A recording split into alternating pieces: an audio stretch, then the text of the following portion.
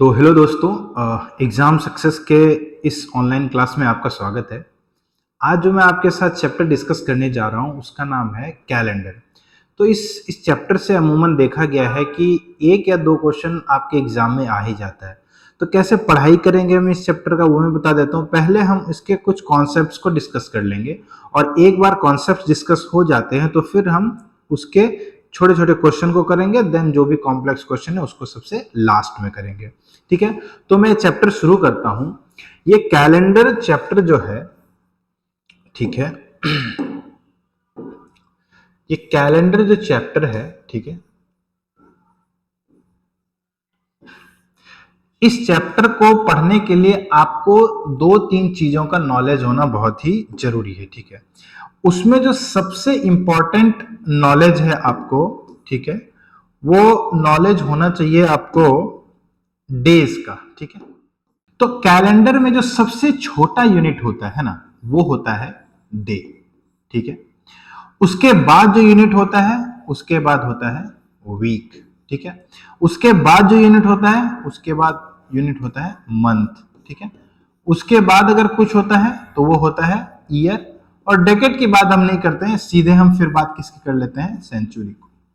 ठीक है, इन सभी में से भी अगर हम देखें कि इन सभी में से जो सबसे इंपॉर्टेंट यूनिट है इस कैलेंडर चैप्टर का वो है वीक। ठीक है, तो वीक का क्या है कि ये कैलेंडर जब से हमने जाना है, पढ़ा है, सीखा है, कैलेंडर वीक पे ही शुरू होता है और वीक पे ही खत्म होता है। तो सबसे पहला पॉइंट आता है कि ये जो वीक में होता है इसमें दिन कितना होता है। तो आप सबको पता है कि एक वीक में दिन कितना होता है, 7। ठीक है, सबसे इजी। अच्छा, उसमें से भी से जो इंपॉर्टेंट बात आता है कि ये वीक शुरू किस दिन से होता है। तो जब भी आपको कोई पूछे कि वीक शुरू किस दिन से होता है तो आपको बताना है कि वीक शुरू होता है मंडे और खत्म हो जाता है संडे पे। ये इसमें आपको जानना बहुत ही जरूरी है। ठीक है, उसके बाद हम बात करते हैं मंथ की। उसके बाद हम बात किसके करते हैं, मंथ की। तो मंथ भी क्या होता है, अलग अलग तरह का होता है। ठीक है, तो मंथ कितने कितने दिन का होता है। तो सबसे पहला जो हम जानते हैं कि मंथ होता है वो मंथ होता है आपको 28 डेज और 29 डेज। ठीक है, ये किस मंथ की बात करते हैं हम, ये फैब मंथ की बात करते हैं। तो फैब मंथ जो होता है, ठीक है, वो होता है आपको या तो 29 डेज का या तो 28 डेज का। ठीक है, 29 डेज से कब होता है, वो मंथ फरवरी का 29 डेज का होता है, जो कि क्या होता है, लीप ईयर होता है, जो कि क्या होता है, लीप ईयर होता है। और एक लीप ईयर में जो टोटल नंबर ऑफ डेज होते हैं वो 366 होते हैं। इसलिए फरवरी जो होता है वो कितने दिन का होता है, 29 डेज का होता है। और जो 28 डेज वाला मंथ होता है फरवरी, वो एक नॉर्मल ईयर में होता है, और उस नॉर्मल ईयर में टोटल नंबर ऑफ डेज जो होते हैं वो होते हैं 365। ठीक है, तो आपको इसमें दो तीन चीज ध्यान रखना है, याद रखना है। याद क्या रखना है कि फरवरी कब होता है 29 डेज का, जब वो ईयर कौन सा होता है, लीप ईयर होता है।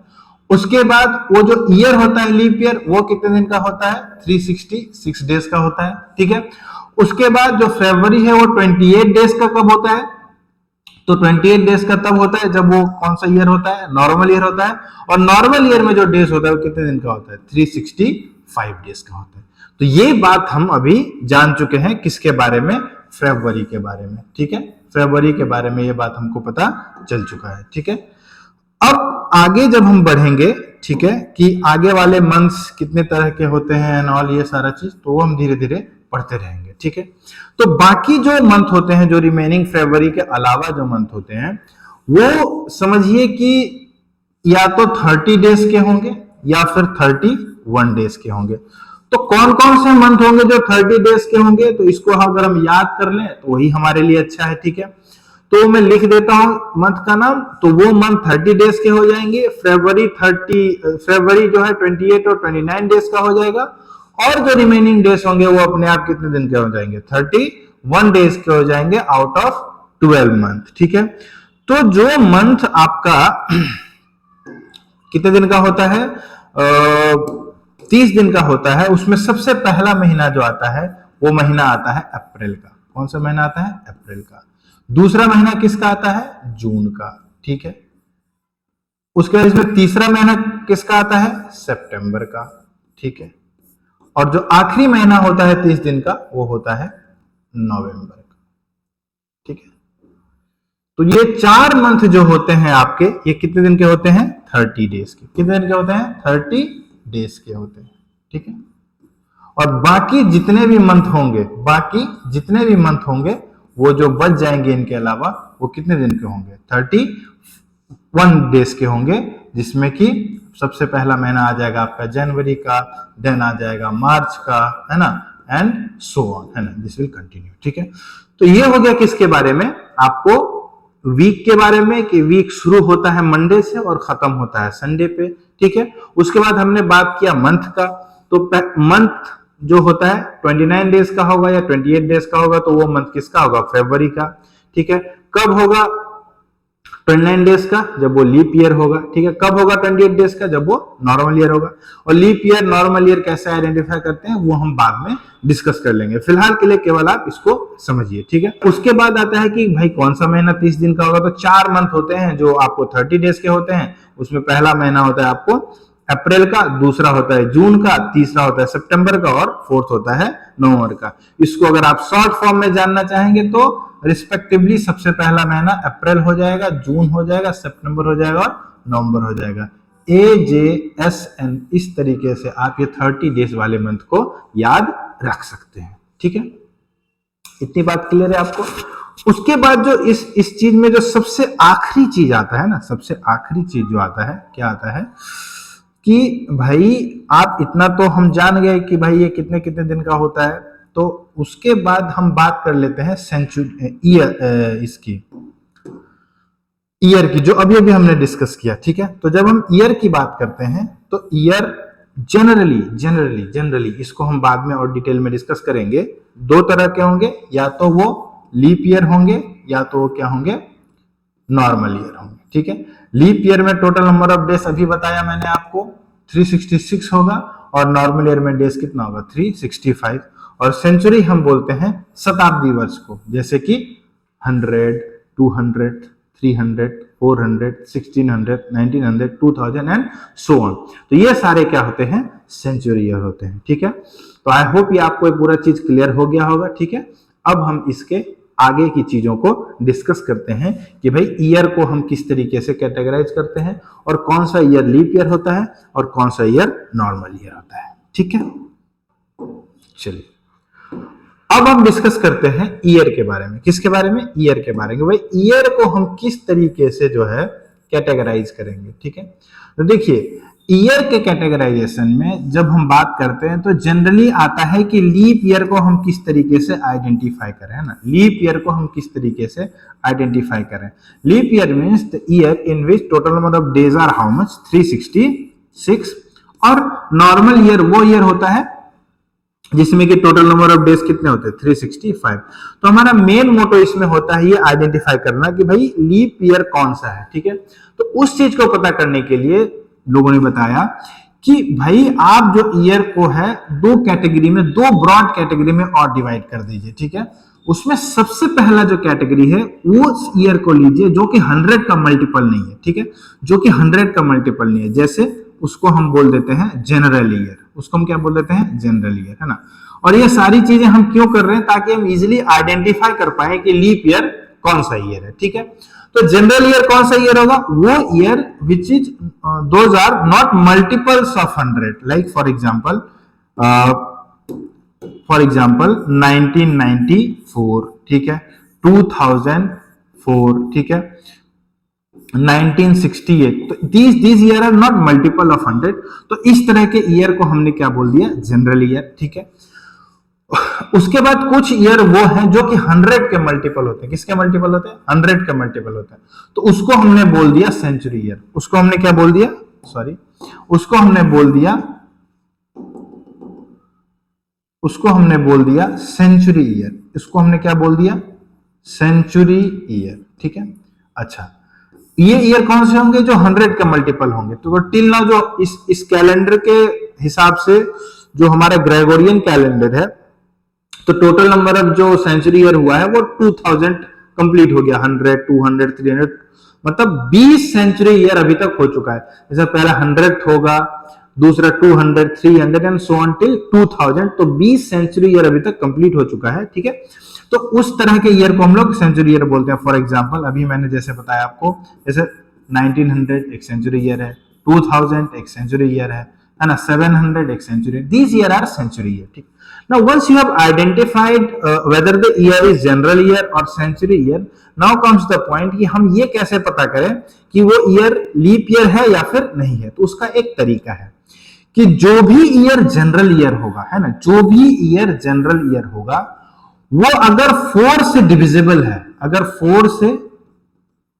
डिविजिबल है ना, 4 से डिविजिबल है, तो then if it is divisible then वो ईयर क्या हो जाएगा, 4 से अगर डिविजिबल है, 4 से अगर डिविजिबल है तो वो ईयर क्या हो जाएगा, लीप ईयर। ठीक है, वो ईयर क्या हो जाएगा, लीप ईयर। अदरवाइज वो क्या हो जाएगा, जनरल ईयर।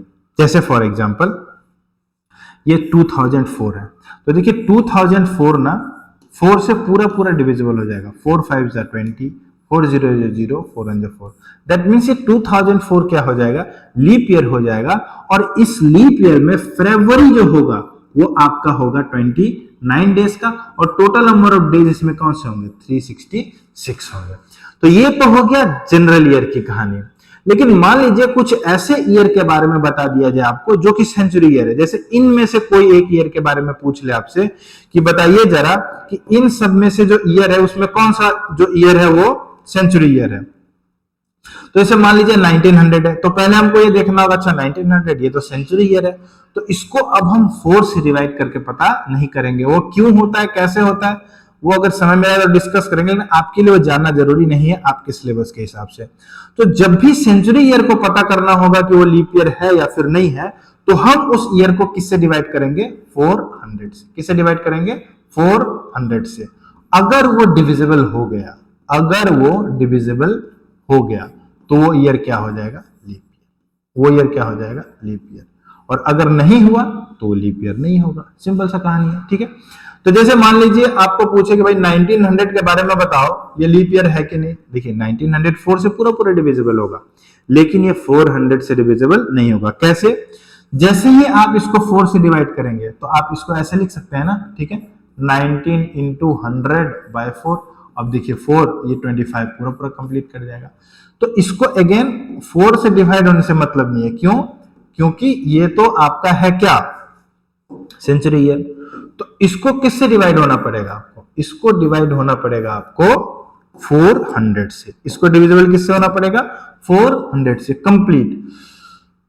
तो जैसे ही आप 1900 को 400 से डिवाइड करोगे, जैसे ही आप 1900 को किससे डिवाइड करोगे, 400 से, तो ये दो जो तीनों जीरो जो है कैंसिल हो जाएगा, फिर 19 से डिविजिबल है नहीं, पॉइंट में आएगा या इम्प्रॉपर फ्रैक्शन आएगा। That means this year is not an leap year, ये नॉर्मल ईयर है। और इसमें जो टोटल नंबर ऑफ डेज होंगे वो क्या होंगे, 365 ही होंगे। और जो फरवरी होगा वो कितने दिन का होगा, आपको 28 डेज का होगा। तो ये था आपका लीप ईयर को ब्रॉडली कैसे हम पता करते हैं ये जानने का तरीका। फिर से मैं एक बार रिपीट कर देता हूं आपको। रिपीट मतलब कैसे करेंगे, जैसे मान लीजिए आपको कोई भी ईयर दिया हुआ और आपको पता करना है कि वो लीप ईयर है या फिर नहीं है। लीप ईयर मतलब ये जानना कि उस ईयर में टोटल नंबर ऑफ डेज कितने हैं, यानी 366 होने चाहिए। और फरवरी जो होना चाहिए उस ईयर में वो कितने दिन का होना चाहिए, 29 डेज का होना चाहिए। तो मान लीजिए कोई भी ईयर आपको गिवन हो और आपसे पूछा जाए कि बताइए ये ईयर लीप ईयर है या फिर नहीं है, तो सबसे पहला जो काम आप करेंगे ये करेंगे, उसके ईयर के बारे में पता करेंगे कि भाई वो ईयर जनरल ईयर है या फिर सेंचुरी ईयर है। ठीक है, तो जनरल ईयर किस ईयर को बोलेंगे, जो कि 100 का मल्टीपल नहीं होगा, जैसे 1994, 2006, 2007, these year are considered, we should consider these year as general year. और वो लीप ईयर है कि नहीं ये पता करने के लिए उसको 4 से डिविजिबल होना पड़ेगा। अगर वो डिविजिबल है तो वो ईयर लीप ईयर होगा, अदरवाइज वो नॉर्मल ईयर हो जाएगा। उसके बाद कुछ ईयर वो होते हैं जो सेंचुरी ईयर होते हैं, जैसे 2000, 700, 1900, 1100, 1300, 1400, 2100, ये सारे कौन सी ईयर होंगे, सेंचुरी ईयर बोलेंगे हम इनको। और वो ईयर लीप ईयर है या फिर नहीं है ये पता करने के लिए आपको उसको किससे डिवाइड करना है, 400 से। अगर वो डिविजिबल हो गया तब वो लीप ईयर होगा, अगर नहीं हुआ तो लीप ईयर नहीं होगा। तो ये कहानी था आपका लीप ईयर पता करने का। तो एक बार मैं इसको इरेज कर देता हूं, फिर कुछ क्वेश्चंस आपके साथ एक दो डिस्कस कर लेता हूं, जिससे आपका ये चीज और ज्यादा क्या हो जाएगा, क्लियर हो जाएगा। ठीक है,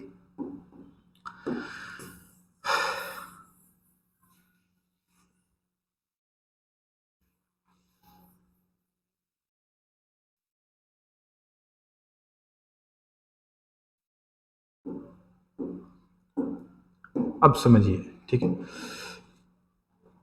फिर से मैं लिख देता हूं। ठीक है, ईयर को हमने डिवाइड किया दो कैटेगरी में, एक को हमने बोला जनरल ईयर, ठीक है, सॉरी, एक को हमने बोला सेंचुरी ईयर। ठीक है, जनरल ईयर वो ईयर जो कि 100 का मल्टीपल ना हो। ठीक है, जैसे 1993, 2007, 2008, so these year are considered as general year। और सेंचुरी ईयर जो 100 का मल्टीपल हो, जैसे 1100, 1300 एंड सो ऑन। ठीक है, ये सारे क्या हो जाएंगे आपके सेंचुरी ईयर। तो ये लीप ईयर है कि नहीं ये पता करने के लिए इसको किससे डिविजिबल होना चाहिए, 400 से इसको कंप्लीटली डिविजिबल होना चाहिए। और ये लीप ईयर है या फिर नहीं इसको पता करने के लिए इसको किससे डिविजिबल होना पड़ेगा, 4 से डिविजिबल होना पड़ेगा। अगर वो डिविजिबल है तो लीप ईयर होगा, नहीं है तो नहीं होगा। जैसे फॉर एग्जाम्पल आपको कुछ ईयर दे दिया जाए, ठीक है, जैसे आपको बोला जाए कि ये पहला ईयर है आपको 2009, दूसरा ईयर आपको दे दिया जाए 1300, ठीक है, तीसरा ईयर दे दिया जाए आपको 1600, ठीक है, और फोर्थ ईयर दे दिया जाए आपको 2008, ठीक है। इन सभी ईयर के बारे में आपको पता करना है कि ये लीप ईयर है या फिर नहीं है। तो सबसे पहला काम आप क्या करेंगे इसमें, ठीक है, कि जिस ईयर के बारे में आपको पूछा गया है कि वो लीप ईयर है या फिर नहीं है, तो आप इस कॉन्सेप्ट से ये पता करेंगे कि ये जो गिवन ईयर है ये जनरल ईयर है या फिर लीप ईयर है। तो देखिए ये जनरल ईयर है, क्यों, क्योंकि इसके आगे 2 जीरो नहीं और 100 का मल्टीपल नहीं है। तो अब आपको ऐसे स्ट्राइक कर जाना चाहिए कि क्योंकि ये 100 का मल्टीपल नहीं है और ये जनरल ईयर कंसीडर हम लोग कर रहे हैं, तो इसके बारे में लीप ईयर पता करने के लिए इसको किससे डिवाइड करना पड़ेगा, 4 से डिवाइड करना पड़ेगा। और जैसे ही आप इसको 4 से डिवाइड करने की कोशिश करेंगे, ये 4 से कंप्लीटली डिविजिबल नहीं होगा, तो ये आपका लीप ईयर नहीं होगा। ठीक है, उसके बाद 1300 को पता करना है। तो 1300 सेंचुरी ईयर है या फिर लीप ईयर, तो देखिए इसके आगे 2 जीरो है, 100 का मल्टीपल है, तो ये लीप ईयर है या फिर नहीं है, ये पता करने के लिए इसको आपको किससे डिवाइड करना पड़ेगा, 400 से। किसे डिवाइड करना पड़ेगा, 400 से। और 400 से ये कंप्लीटली क्या हो जाएगा, डिविजिबल हो जाएगा, नहीं होगा। ठीक है, देखिए 2 जीरो कैंसिल हो गया और 4 से डिविजिबल नहीं हो पाया, तो ये भी आपका लीप ईयर नहीं हो पाएगा। ठीक है, उसी तरीके से अगर आपको 1600 के बारे में जानना है, तो 1600 वंस अगेन क्या है, सेंचुरी ईयर है, तो इसको किससे डिवाइड करेंगे, 4 से नहीं, किससे, 400 से, in order to check whether this year is leap year और नॉट ए लीप ईयर। तो ये 2 जीरो भी कैंसिल हो जाएगा और 4 भी कैंसिल हो जाएगा ना, 1600 क्या हो जाएगा आपका एक कंप्लीट लीप ईयर हो जाएगा, जिसमें टोटल नंबर ऑफ डेज कितने होंगे, 366। आखिरी सवाल, जैसे 2008 है कि 2008 लीप ईयर है कि नहीं, तो बस वही प्रोसेस है कि भाई आप पता करना है। तो ये ईयर क्या हो गया आपका, मतलब जनरल ईयर है, तो इसको किसे डिवाइड करेंगे, 4 से डिवाइड करके देखिए, 4 5 जा 20, 4 0 जा 0 एंड 4 2 जा 8, तो ये भी कंप्लीटली डिविजिबल होगा, तो ये भी क्या हो जाएगा, लीप ईयर। तो इन गिवन ईयर्स में है ना, इन गिवन ईयर्स में जो आपका लीप ईयर बन के आया, वो पहला इन चारों क्वेश्चन में कौन कौन सा लीप ईयर था, 1600, और दूसरा कौन सा हुआ, 2008। ठीक है, तो इन दोनों ईयर में जो टोटल नंबर ऑफ डेज होंगे वो कितने होंगे, 366, और फरवरी जो होगा इन दोनों में वो कितने दिन का होगा, 29 डेज का होगा। ठीक है, तो ये कॉन्सेप्ट था आपको जनरल ईयर का, सेंचुरी ईयर का, और आप कैसे पता कर सकते हैं कि कौन सा ईयर लीप ईयर है और कौन सा ईयर लीप ईयर नहीं है।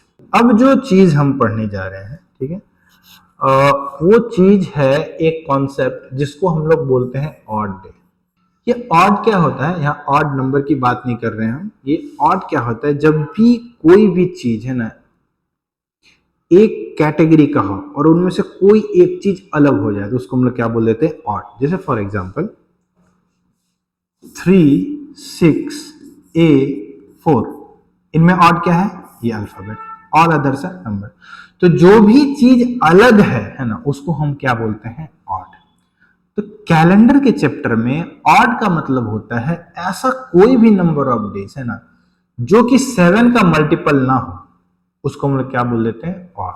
जैसे फॉर एग्जांपल 7, 14, 28, 35 एंड 6, इन सब में ऑड क्या है, 6। All are multiples of 7। 7 का मल्टीपल क्यों होना चाहिए, क्योंकि एक वीक में कितने दिन होता है, 7 डेज होता है, और वो अपने आप को बार बार क्या करते रहता है, रिपीट करते रहता है। इसलिए 7 या 7 के मल्टीपल को हम एक कैटेगरी में रखते हैं, और उसके अलावा जो उसका मतलब उसका मल्टीपल नहीं है 7 का, उसको हम लोग क्या बोल देते हैं, ऑड डे। ठीक है, तो सबसे पहले आता है कि ऑड डे हम पता क्यों करते हैं। ठीक है, तो ऑड डे पता इस वजह से करते हैं क्योंकि मान लीजिए आपको कोई भी आज डे बोल दे कि टुडे इज मंडे, 98 डेज के बाद क्या होगा, है ना। आज 4 जनवरी है, 25 अगस्त को, आज 4 जनवरी है, मंडे है, 26 जनवरी अगले साल क्या होगा।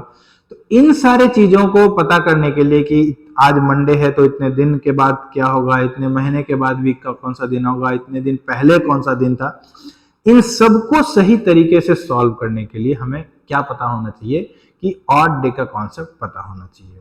तो ऑड डे निकालते कैसे हैं, सबसे सिंपल। ठीक है, ये ऑड डे निकालने का सबसे आसान तरीका है। ठीक है, अच्छा ये क्या है, ये एक ऐसा कॉन्सेप्ट है जिसको जानने के बाद कैलेंडर्स के चैप्टर को सॉल्व करने में आसानी होती है, जैसे मैं पढ़ा रहा हूं। बाकी और भी तरीके होते हैं, लेकिन जिस तरीके से मैं आपको पढ़ा रहा हूं उस तरीके में ऑड डे अगर आप जान लेते हैं तो कैलेंडर के जितने भी क्वेश्चन है ना उनको सॉल्व करने में आपको बहुत ही क्या होगा, आसानी होगा। ठीक है, तो ऑड डे निकालने का सबसे आसान तरीका है कि गिवन नंबर ऑफ डेज को, है ना, गिवन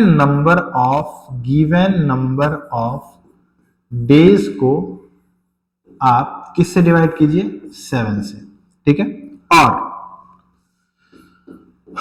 जो रिमाइंडर बचेगा, है ना, जो बच जाएगा वही क्या होगा, आपका ऑड डे होगा। जैसे फॉर एग्जांपल आपको पूछ सकता है कोई, जानना है कि जनवरी के महीने में कितने ऑड डे होते हैं, तो आपको पता होना चाहिए कि जनवरी किसी भी ईयर का हो वो दिन कितने दिन का होता है, 31 डेज का होता है। ठीक है, तो बस सिंपल 31 डेज को आपको 31 को किससे डिवाइड करना है, 7 से। 7 4 जा 28, ये आपका क्वोशेंट है। ठीक है, और ये 3 आपका क्या है, रिमाइंडर है। तो ऑड डे निकालने के लिए आपको किसको कंसीडर करना है, रिमाइंडर को। तो जनवरी के महीने में total number of odd days जो हो जाएगा वो क्या हो जाएगा, 3 हो जाएगा। ठीक है, चलिए जी, इतना क्लियर हो गया। तो जनवरी का आपको पता चल गया, है ना। और अगर आपसे कोई पूछ ले कि भाई ये जो महीना 30 दिन का होगा उसमें कितने नंबर ऑफ ऑड डेज होंगे, ठीक है, तो 30 दिन वाले मंथ कौन कौन होते हैं, अभी अभी आपने पढ़ा है कि मार्च होता है, सॉरी अप्रैल होता है, जून होता है, सितंबर होता है और नवंबर होता है। तो सिंपल, जब आपको डे पता है तो ऑड डे निकालना बहुत आसान है ना। 30 डेज को आप किससे डिवाइड कीजिएगा, 7 से। 7 4 जा 28 एंड ये 2। इस 30 डेज वाले मंथ में कितने ऑड डे, 2 हो जाएंगे। उसी तरह फरवरी में, तो फरवरी एक 28 डेज का होता है। तो देखिए 28 को जब आप 7 से डिवाइड कीजिएगा तो 7 4 28, तो 28 डेज वाले में 0 ऑड डे होगा। और अगर 29 डेज वाला पूछेगा तो 7 4 जा 28 होता है। ठीक है, और रिमाइंडर उसमें क्या बच जाएगा, 1 बच जाएगा। ठीक है, तो इस तरीके से किसी भी गिवन नंबर ऑफ डेज को आप 7 से डिवाइड करेंगे और जो रिमाइंडर बचेगा वही आपका क्या होगा, ऑड डे होगा। इसको मैं इरेज करके एक बार फिर से लिख देता हूं। ठीक है, वो कॉन्सेप्ट आपको पता चल ही गया कि किस तरीके से पता करना है। ठीक है, तो जो भी मंथ है ना, जो भी मंथ 31 डेज का होगा, है ना, 31 डेज का होगा, उसमें total number of odd days कितने होंगे, 3 होंगे। जो 30 डेज का होगा उसमें ऑड नंबर कितने होंगे? तो जो 29 डेज का होगा, है ना, उसमें ऑड डेज कितना होगा? एक। और जो 28 डेज का होगा उसमें ऑड डे कितना होगा? 0, नो ऑड डेज। ठीक है, ये चीज आपको दिमाग में रखना है। वैसे आपको पता ही है तरीका कि भाई 7 से डिवाइड करके रिमाइंडर लिखना है, और इन सभी को जब आप 7 से डिवाइड करोगे तो रिस्पेक्टिवली यही रिमाइंडर्स बचेंगे और वही आपका क्या हो जाएगा? ऑड डे हो जाएगा। अब दूसरा चीज देख लेते हैं कि कोई अगर आपको ये पूछ ले, है ना, अगर आपको जानना चाहिए, ये कॉन्सेप्ट यूज होगा कि एक लीप ईयर में कितना ऑड डे होगा, एक कंप्लीट लीप ईयर में। तो आपको पता है एक लीप ईयर में टोटल नंबर ऑफ डेज कितना होता है? 366। कितना होता है? 366।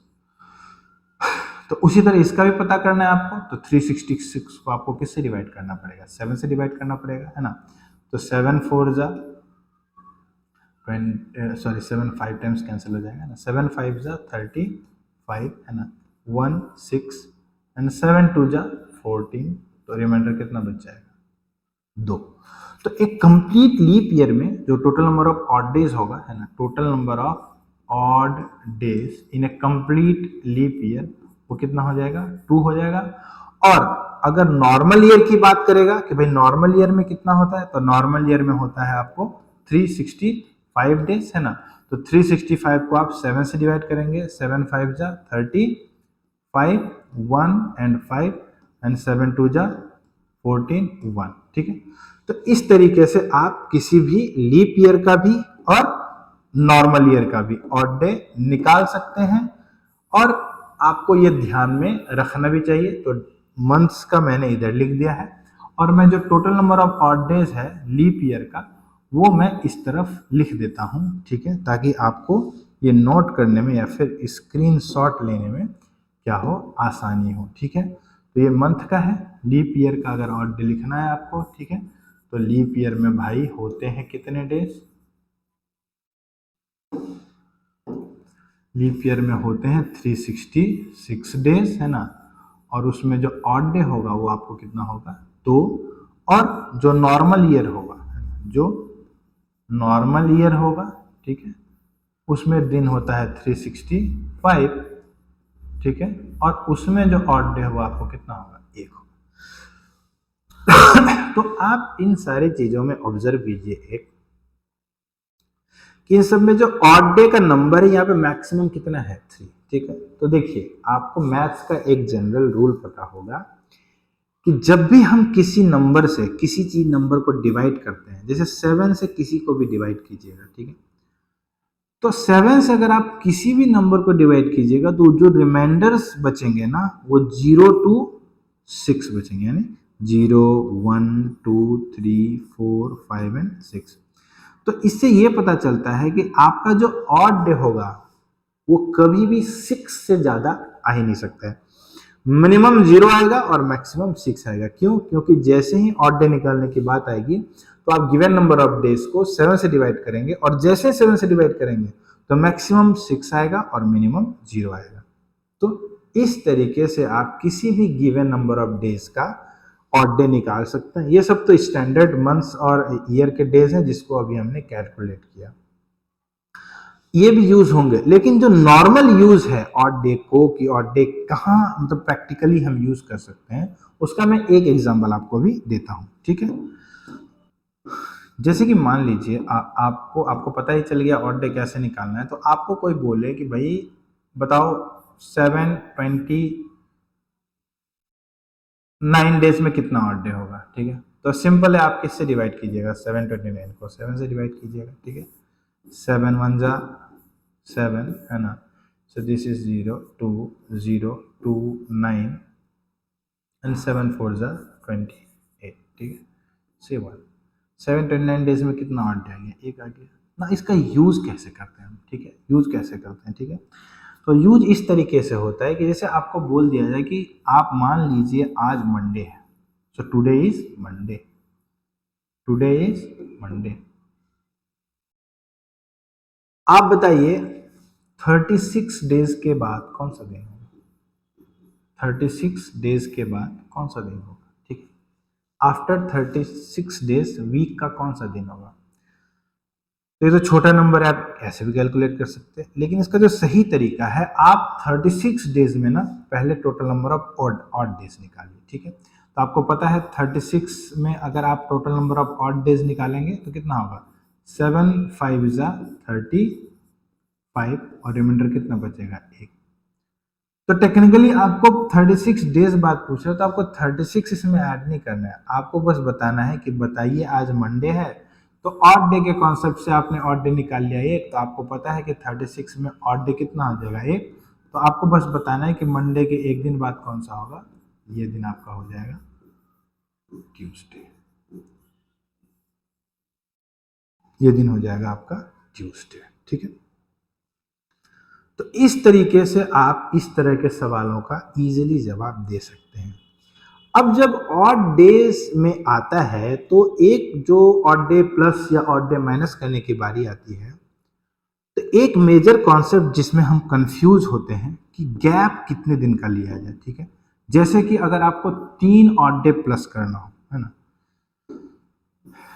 3 ऑड डे प्लस करना हो, 3 ऑड डे माइनस करना हो, 4 ऑड डे प्लस करना हो, 4 ऑड डे माइनस करना हो, तो उस स्थिति में हम क्या करेंगे वो हमें भी देख लेते हैं। ठीक है, जैसे कि मान लीजिए आपको अगर 1 ऑड डे प्लस करना हो या माइनस करना हो, total number of odd days अगर 1 है और वो 1 को प्लस या फिर माइनस करना है, तो जो डेज के बीच में गैप होगा, है ना, वो गैप 0 डेज का होगा, 0 डेज, एक भी दिन का गैप नहीं होगा। ठीक है, अगर आपको 2 ऑड डे प्लस या फिर माइनस करना है तो गैप कितने डेज का होगा, 1 डे, है ना, 1 डे का गैप होगा। ठीक है, अगर आपको 3 प्लस या 3 माइनस करना है तो गैप कितने दिन का होगा, 2 डेज का होगा। कितने डेज का होगा, 2 डेज का। अगर आपको 4 प्लस या फिर 4 माइनस करना है तो गैप कितने डेज का होगा, 3 डेज का। ठीक है, अगर आपको 5 प्लस या माइनस करना है तो गैप कितने डेज का होगा, 5 डेज का। ठीक है, और आपको 6 प्लस 6 ऑड डे प्लस या 6 ऑड डे माइनस करना है तो गैप कितने डेज का होगा, 5 डेज का। ये आपको हमेशा ध्यान में रखना है। ठीक है, जैसे हमने जो क्वेश्चन डिस्कस किया था उस क्वेश्चन में क्या डिस्कस हुआ था कि भाई मंडे है तो बताइए जी 36 डेज के बाद कौन सा दिन होगा। ठीक है, तो हमारा जो ऑड डे आया था कितना आया था, 1 आया था, 1 ऑड डे। ठीक है, तो वी हैव एडेड 1। ठीक है, तो मंडे के एक दिन बाद क्या आता है, सीधे ट्यूसडे आता है। तो देखिए, so there is no gap, है ना, क्योंकि एक ऐड करना था। ठीक है, तो कोई भी इसमें गैप नहीं है, डायरेक्ट हो गया। इसी तरीके से 2 प्लस या फिर 2 माइनस करना है तो 1 डे का गैप होगा, 3 प्लस या फिर 3 माइनस करना है तो 2 डेज का गैप होगा, 4 प्लस या माइनस करना है तो 3 डेज का होगा, 5 प्लस या माइनस करना है तो 4 डेज का होगा, 6 प्लस या माइनस करना है तो 5 डेज का होगा।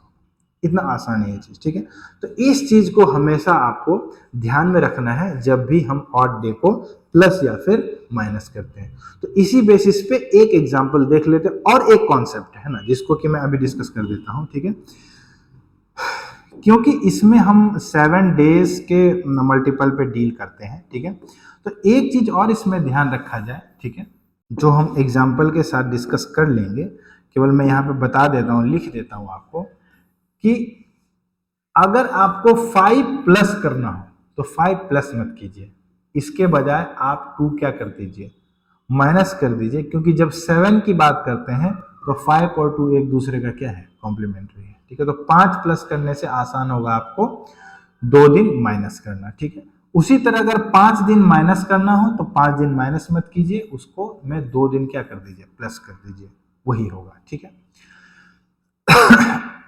ठीक, यही 2 बड़े नंबर है, 4 और 3 का तो ज्यादा नहीं होता, 5 और 6 में ही हम ये देखते हैं।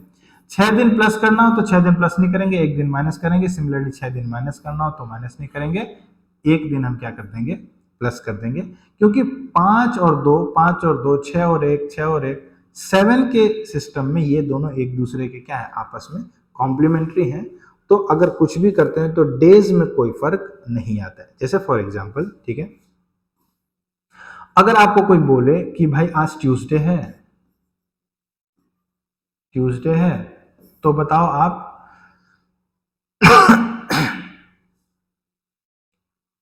34 डेज के बाद कौन सा दिन होगा?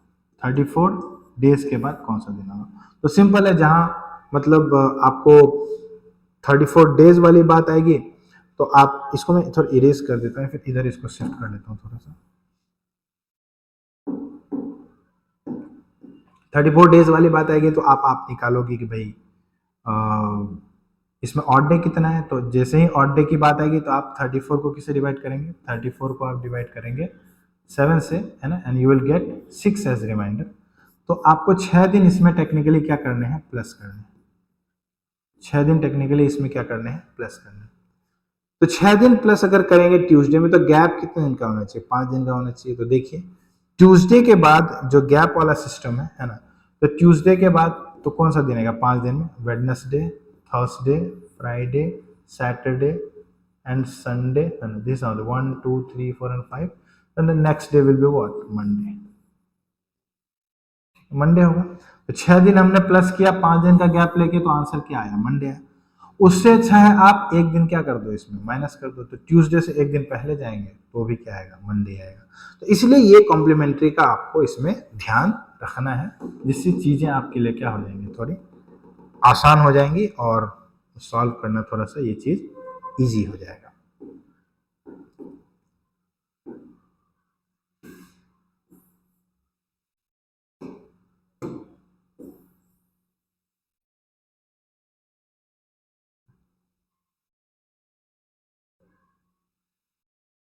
ठीक है, तो ये पूरा कॉन्सेप्ट था ऑड डेज का, है ना, जिसको कि आपको ध्यान में रखना है। ठीक है, तो आने वाले नेक्स्ट क्लास में हम इससे रिलेटेड कुछ क्वेश्चंस करेंगे, है ना, जो कि आपको इसमें और थोड़ा कॉन्सेप्ट को इन्हांस करेगा। तो आज की क्लास में इतना ही आप रहने दीजिए। ठीक है, इसी चीज़ को आप वीडियो में बैक जाके अच्छे तरीके से समझ लीजिए, क्योंकि इस चैप्टर में जहाँ भी कोई चीज़ क्वेश्चन करेंगे तो इन चीज़ों की जरूरत जरूर पड़ेगी। इसको आप एक बार कॉन्सेप्ट में बैठा लीजिए, दिमाग में बैठा लीजिए, फिर आगे के क्वेश्चन को हम धीरे धीरे प्रैक्टिस करेंगे। ठीक है, चलिए, थैंक यू फॉर